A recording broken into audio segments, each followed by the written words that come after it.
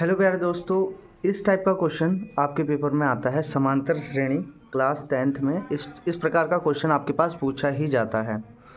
ठीक है, और ये क्वेश्चन पूछा गया है 15 और 20 में। 100% ये पूछा गया है भाई, ये मत सोचना कि बस अपने मन से लिख दिया। 100% पूछा गया है।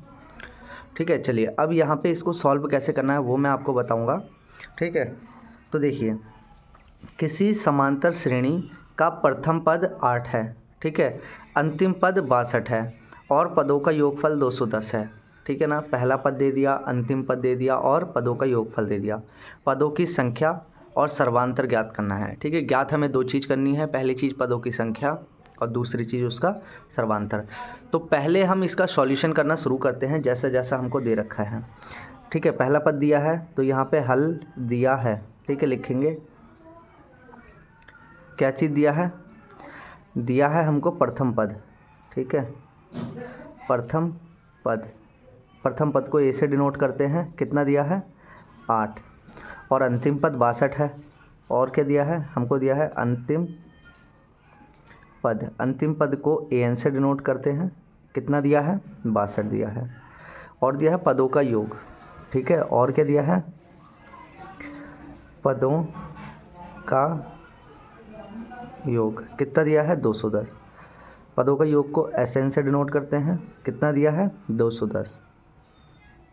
ठीक है, इतनी चीज़ हमको दिया। अब हमको बताना क्या है, पहली चीज़ सर्वांतर और पदों की संख्या। तो हमको बताना यहाँ पे सर्वांतर डी से डिनोट करते हैं, क्या होगा, और पदों की संख्या, पदों की संख्या। पदों की संख्या को हम मानते हैं n। ठीक है ना, पदों की संख्या को n बोल देते हैं। तो n हमको बताना है। ठीक है, किसी भी एपी में पदों की संख्या होती है वो n होती है, अंतिम पद को an बोलते हैं। तो अब बेसिकली जैसे जैसे हमको दे रखा है वैसे वैसे हम यहाँ पे ज्ञात करेंगे। पहली चीज़ तो a1 दे रखा है हमको, अच्छी बात है। किसी भी एपी को सॉल्व करने के लिए हमको सबसे पहले जो है सर्वांतर पता होना चाहिए और प्रथम पद पता होना चाहिए। ठीक है, तो हमें प्रथम पद पता है लेकिन सर्वांतर नहीं पता, तो इससे आगे हम सॉल्व करते हैं। अंतिम पद हमको दे रखा है तो अंतिम पद का फॉर्मूला यानी कि ए एन का फॉर्मूला होता है, क्या होता है, ए एन बराबर ए प्लस एन माइनस 1 गुणा डी। ए एन की वैल्यू हमको पता है कितनी है, 62 है, तो हमने रख दी 62 बराबर। ए की वैल्यू भी हमको पता है कितनी है, 8 और प्लस n माइनस 1 गुणा डी। ना तो हमको n की वैल्यू पता कि पदों की संख्या कितनी है, ना ही तो हमको d की वैल्यू पता कि सर्वांतर कितना है। ठीक है, अब इसके आगे सॉल्व करते हैं। अब हमको इसको मान लेते हैं समीकरण नंबर 1। ये इसको और थोड़ा सॉल्व कर देते हैं। 8 को इधर ले आएंगे तो ये हो जाएगा 62 माइनस 8, ये 8 इधर प्लस का, इधर आया पक्षांतर करके तो माइनस का आ गया। यहाँ बचा n माइनस 1 और डी। इसमें से इसको माइनस करेंगे तो कितना बचेगा, अपने पास बचेगा 54। इसके अपने पास बचेगा यहाँ पे 54। कितना बचेगा, 54। और बराबर के इस साइड क्या बचेगा, इस साइड बचेगा n माइनस 1 गुणा डी। इसको मान लेते हैं समीकरण नंबर 1। अब आगे सॉल्व करते हैं। ये पहली चीज़ थी अपने पास। दूसरी चीज़ हमको यहाँ पे क्या दे रखी है कि पदों का योगफल Sn। तो Sn का फॉर्मूला भी यहाँ पे हमको पता है, क्या होता है, n/2 2a plus n minus 1 गुणा डी। Sn की वैल्यू हमको पता है कितनी है, 210 बराबर। n की वैल्यू हमको नहीं पता तो n/2 और यहाँ पे हो जाएगा 2a प्लस n माइनस 1 गुणा डी। ठीक है, ये जो है n माइनस 1 गुणा डी, ये है n माइनस 1 गुणा डी। इसकी वैल्यू हम यहाँ से रख सकते हैं, 54 है। ठीक है, तो यहाँ पे लिखेंगे समीकरण 1 से n माइनस 1 गुणा डी का मान रखने पर, तो रखेंगे तो क्या हो जाएगा अपने पास, ये हो जाएगा 210 बराबर n/2, ये हो जाएगा 2a प्लस n माइनस 1 गुणा डी की वैल्यू है 54, तो यहाँ पे रख देते हैं 54। ठीक है, इसके अंदर गुणा कर देंगे तो ये हो जाएगा 210 बराबर n की गुणा इधर हो जाएगी तो ये हो जाएगा 2an/2 और प्लस ये हो जाएगा 54 n बट्टे 2, ठीक है, क्योंकि 2 भी गुणा में जा रहा है, n भी गुणा में जा रहा है। इस 2 से ये कट जाएगा, इस 2 से ये कट जाएगा, कितनी बार में कटेगा, तो ये कटेगा 27 दूनी 54 होता है। तो ये अपने पास बचा 210 बराबर an प्लस 27n, ठीक है, ये अपने पास आ जाता है।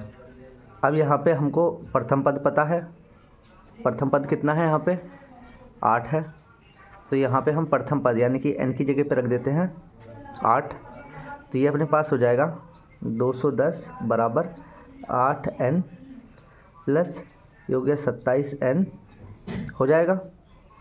इन दोनों को जोड़ देंगे, 27 और 8 को जोड़ेंगे तो 35 हो जाएगा, और इधर 210, ठीक है।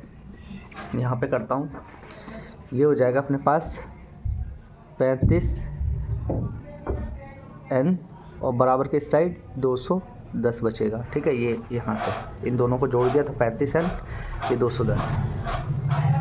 n की वैल्यू निकालनी है, बराबर हो जाएगा 210, 35 इधर गुणा में, इधर आएगा तो भाग में आ जाएगा।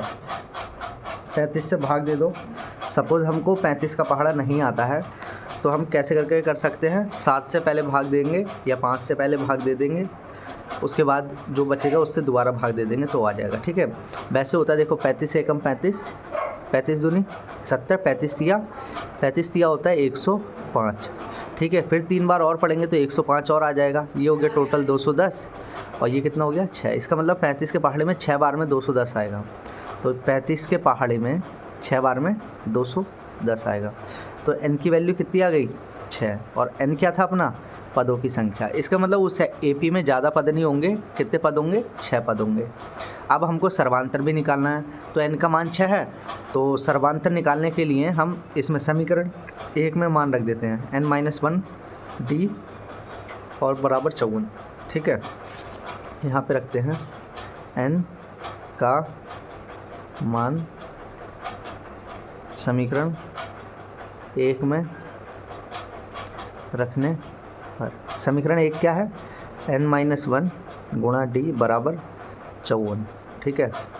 यहाँ पे n का मान रख देते हैं 6 माइनस 1 d बराबर 54, 6 में से 1 माइनस करेंगे तो 5 d बराबर 54, और d का मान हो जाएगा 54/5, तो ये अपना हो गया d का मान, ठीक है। 54/5 वैसे इतना बड़ा आता नहीं है, लेकिन कुछ गड़बड़ हुई, 54 नहीं है 56 है तो यार ये अपना 54, ठीक है। तो यही इसका आंसर है, ठीक है।